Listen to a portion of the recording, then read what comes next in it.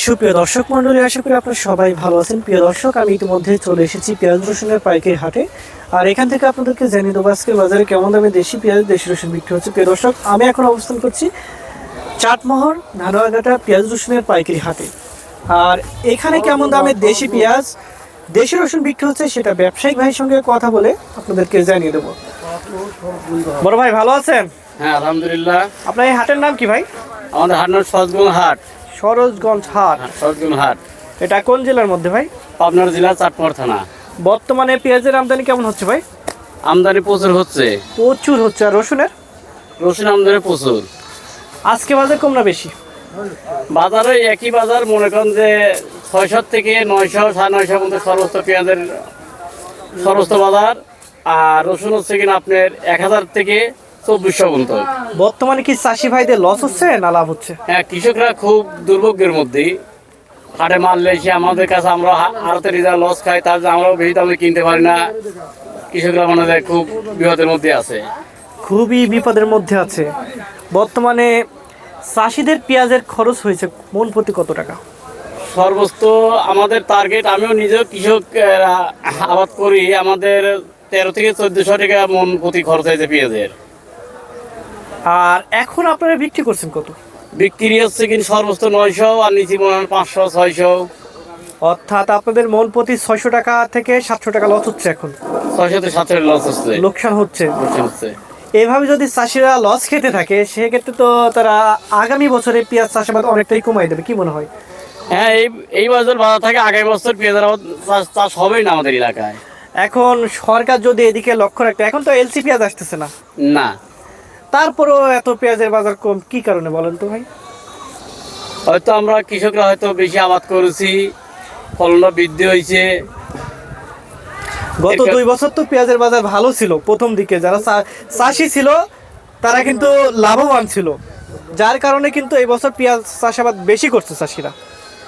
ওই বেশি লাভ করার জন্য এই ভিড় বেশি করার কারণে এই ভিড় লস খাচ্ছি। তারপরে আপনাদের সার বীজ সব কিছুর দাম বেশি। আমরা পর্যায়ক্রমে যদি দাম দরকার কম পাই, তার কারণে হয়তো কৃষকরা একটু বাঁচতে পারবো। তবে বাংলাদেশের চাষিদের এইরকম শুধু পেঁয়াজ চাষাবাদ করা ঠিক হয় নাই, যার কারণে যে এত আমদানি, আবার পেঁয়াজ রাখতেও পারতেছে না, হাইব্রিড জাতীয় পেঁয়াজ চাষ করছে, যেটা যদি সবাই যদি একটু দেশি পেঁয়াজটা ভালো চাষাবাদ করতো তাহলে পেঁয়াজটা এত নষ্ট হতো না। হ্যাঁ, দেশি পেঁয়াজ হলে পেঁয়াজ নষ্ট হইতো না। দেখা যাচ্ছে যে নষ্ট পেঁয়াজ, এই পেঁয়াজটা কত টাকা মন বিক্রি হয়েছে ভাই? এটা হচ্ছে কি 100 থেকে 150 200। 100 থেকে 150 টাকা মন যদি পেঁয়াজ বিক্রি করে চাষি, সে চাষি কি বাইসে থাকে? না। এই যে পেঁয়াজটা নষ্ট হচ্ছে কি কারণে? হাইব্রিড পেঁয়াজ চাষ করার কারণে না অন্য কোনো কারণ? এটা হচ্ছে কি কোম্পানিরা বীজ দিয়েছে হয়তো খারাপ বীজ, এই বীজের কারণে, বীজের প্রয়োজনের কারণে পেঁয়াজগুলো নষ্ট হচ্ছে। গত বছরের তুলনায় এই বছর পেঁয়াজের আবাদ কেমন ছিল? গত বছর এই বছরে মনে করেন যে তুলনায় আবাদও বেশি, ফলনও বৃদ্ধি। ফলনও বেশি। হ্যাঁ। এই হারে যদি পেঁয়াজটা নষ্ট না হতো তাহলে তো পেঁয়াজের বাজার বাড়ার সম্ভাবনা খুবই কম ছিল।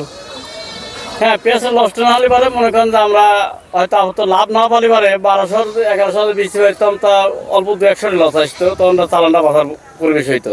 তখন এইরকম খারাপ পেঁয়াজ আসতো না, মার্কেট একটা ভালো পর্যায়ে থাকতো। খারাপ পেঁয়াজের কারণে তো মার্কেট খারাপ। হ্যাঁ, কারণ এটা বেচাই লাগতেছে, নষ্ট হয়ে যাচ্ছে, না বেচলে উপায় নাই। আর বর্তমানে যারা চাতালে, চাঙে কিংবা অনেক জায়গায় পেঁয়াজ স্টক করে রাখছে, তাদের পেঁয়াজটা কি ভালো আছে না নষ্ট হয়ে যাচ্ছে? হ্যাঁ, চাতালে বীজ অনেক নষ্ট হয়ে যাচ্ছে। আমরা হাটে কিনি প্রত্যেকটা কৃষকের বস্তাতে নিয়ে আসে নষ্ট বীজ বানায়, তার জন্য মানে যে কৃষকের সাথে ঝামেলা বাজে আমাদের বেশি করে। আজকে রসুন কত বিক্রি হয়েছে ভাই?